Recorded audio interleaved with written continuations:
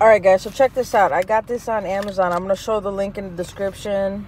So you guys, if this works out well for me, you guys can purchase this yourself. So this is basically a battery on and off switch that plugs right up to the battery and allows you to turn off and on the entire power to the car with a click of a button, which it even comes with this fob, which is the main reason why I chose this one.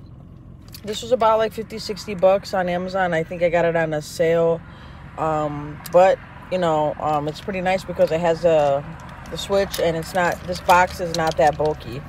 So I'm gonna go ahead and try to give it a install. Should be quick and easy. It looks like this cable just is gonna be grounded, so we're gonna go ahead and connect it and see if we get lucky and this works out well for us.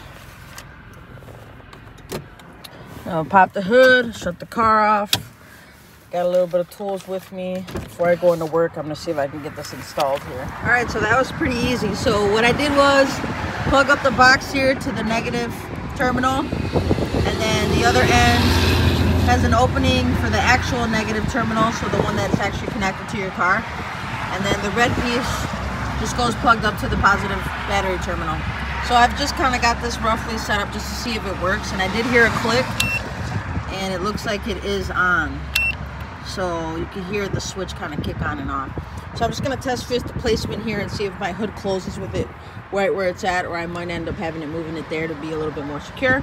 But there it is, super easy to install. It did come with instructions, actually. I put them in my pocket, and it actually comes with a visual diagram. So that's very nice for people that don't like to read like myself. And then they have it placed on top of the battery, so that's most likely what I'm gonna end up doing. But yeah, there it is, folks. Works very nice. Got the key fob over here. So we'll see. Ooh, nice, easy. All right, so I'll drop the link in the description for you guys to check it out. But there you have it. Nice. All right, and here's to kind of show you how this actually works.